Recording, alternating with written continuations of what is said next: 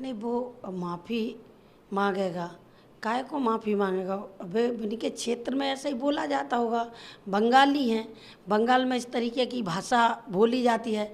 लेकिन फिर भी मैं सोनिया गांधी जी, राहुल गांधी और प्रियंका गांधी से हाथ जोड़कर विनती करती हूँ कि ऐसे नेता को, ऐसे आदमी को मध्य प्रदेश से हटाएं, और ना तो मध्य प्रदेश से ना हटाएं तो कम से कम अपनी पार्टी से तो ऐसे व्यक्ति को हटाएं कि जो महिलाओं की इज्जत ही नहीं कर रहे, हर जगह महिलाओं की इज्जत तार तार कर रहे। तो आप ही बता दें कि कांग्रेस पार्टी बचेगी कैसे? ये बहुत बड़े नेता रहे, मध्य प्रदेश के उप मुख्यमंत्री रहे, पर इन्हें बोलने का भी क्या ढिढोरे दे दे के हंस रहे। भी सोच रहे हम बड़ा भारी काम कर रहे, भारी का वहाँ होरी थोड़ी खिल रही थी। तो इस तरीके से जो बात कर रहे थे, उनके बात करने का लहजा आपने भी देखा होगा। तो इतना हल्का आदमी वो काहे को माफ़ी मांगेंगे? और नहीं मांगना चाहिए। ऐसे ही सब महिलाओं की वे तो जो दिखाए सो करें, लेकिन भगवान और मातेश्वरी उन पे उनका सफाया हो जाएगा। जीवन में सक्सेस नहीं हो सकते। किसी भी महिला से अगर ऐसे बोलेंगे तो जीवन में सक्सेस नहीं होंगे। हर महिला, आपने देखा होगा कि मैं अपनी विधानसभा में 15 साल से हूँ, जिला पंचायत लेके मुझे 20 साल हो गई, तो मुझे मेरे एक भी जनता, एक भी नेता ने मेरे से टिप्पणी नहीं कर पाई। 10 साल में विपक्ष में बैठी, भारतीय जनता पार्टी के एक भी नेता ने मेरे से टिप्पणी नहीं की।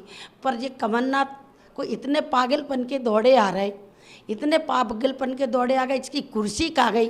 जो वल्लभ भवन में बैठ कर जो बोरियां सिलता था पैसन की, वो बोरी नहीं सिल पा रहे, इसलिए भड़बड़ा रहे। तो कम पानी में मछली तड़फड़ाती है, इस तरीके से तड़फड़ा रहे। लेकिन जब एक एससी की महिला को नहीं छोड़ी, और कम से कम 3 बार 4 बार की चुनी हुई, और मैं वर्तमान में कैबिनेट में मंत्री हूँ, बिना मेरे से बोलने में शर्म नहीं करी, तो आम जनता को कैसे, वो आम महिलाओं को कैसे वो रोक सकते हैं?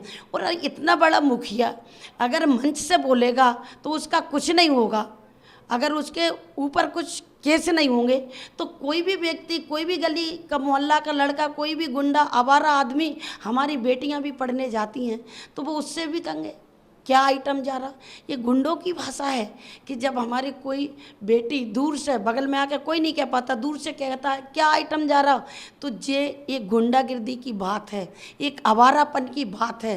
तो मैं कहना चाहती हूँ आपके चैनल से कि उनके भी माँ बेटी होगी, उनके भी बहू हैं, उनकी घरवाई है, और सबका पता है कि को कहाँ है।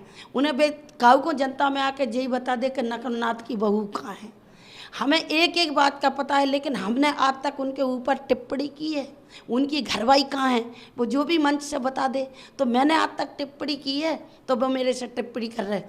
और अगर ऐसे ही रहना तो उनके घर का भी एक एक पता, मैं 20 साल से नेतागिरी कर रही, एक एक घर का एक एक पता है उनका। मैं भी भारी मंच से चल लाऊंगी उस आदमी के लिए, लेकिन मैं पागलपन के दौड़े मेरे में नन आते। मैं इतना हल्का सोच मेरी नन्हा, जो इतनी हल्की सोच कमलनाथ की है। कमलनाथ महिलाओं को नहीं बख्शते, इसी वजह से उनकी पूरी घर की महिलाएं बर्बाद हैं। आज आपकी सिंधिया जी से मुलाकात हुई, फिर आप आज एक बार भावुक हो गई। नहीं, अगर कोई भी महिला होगी, अगर बाकी बेइज्जती होगी और वो अपने आप में सही होगी तो उसे तो भावक हर वक्त होना है। जब तक उसे दंड नहीं देगा बजरंगबली, मातेश्वरी दंड नहीं देगी, जब तक मैं भावुक होंगी। हर समय जब मुझे उस बात का याद आएगा, जब ही मैं भावुक होंगी। मुझे मेरे मुँह पे कोई भी नेता कोई भी याद दिलाएगा, मैं भावुक होंगी। मुझे बहुत दर्द है, बहुत कष्ट है, और बजरंगबली से मैं विनती करे कि हे बजरंगबली, इसका सत्यानाश करे। ये एक एक कौड़ी को तरस है, एक एक बच्चे को तरस है। सिंधिया जी ने आज मन से कहा कि चुनाव मैं लड़ रहा हूं।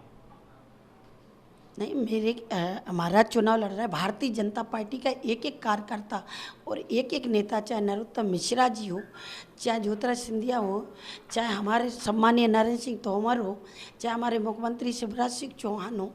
मेरा चुनाव एक एक व्यक्ति लड़ रहा हूँ। भारतीय जनता पार्टी का हर आदमी, हर बच्चा, हर महिला चुनाव लड़ रही।